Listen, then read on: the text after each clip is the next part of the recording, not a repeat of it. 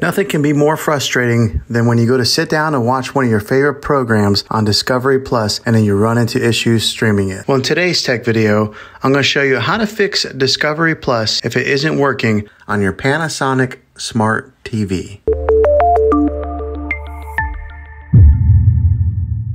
Let's see if we can fix your problems and get your Discovery Plus back up and running as quickly as possible. The first one, it's the easiest one to try, and that's to unplug your TV from the wall outlet and wait 60 seconds. Now don't be impatient here, wait the whole 60 seconds, then plug it back in. This is very different from turning your TV on and off with your remote control. This is what we call a hard reset of your TV, so make sure you do this method. If that doesn't work, then find your router that is giving you Wi-Fi and unplug the power to that for 60 seconds. Then plug it back in. If it fixes it, great. If not, let's go ahead and move on to the next method. Try deleting the Discovery Plus app on your TV. Go to wherever the apps are located on your system and remove the app altogether. Then reinstall the Disney Plus app again. After you reinstall it, you might have to log back in with all of your credentials, but hopefully this will work. And if that doesn't work, then I recommend buying an affordable Roku stick, Fire Stick, or Apple TV 4K.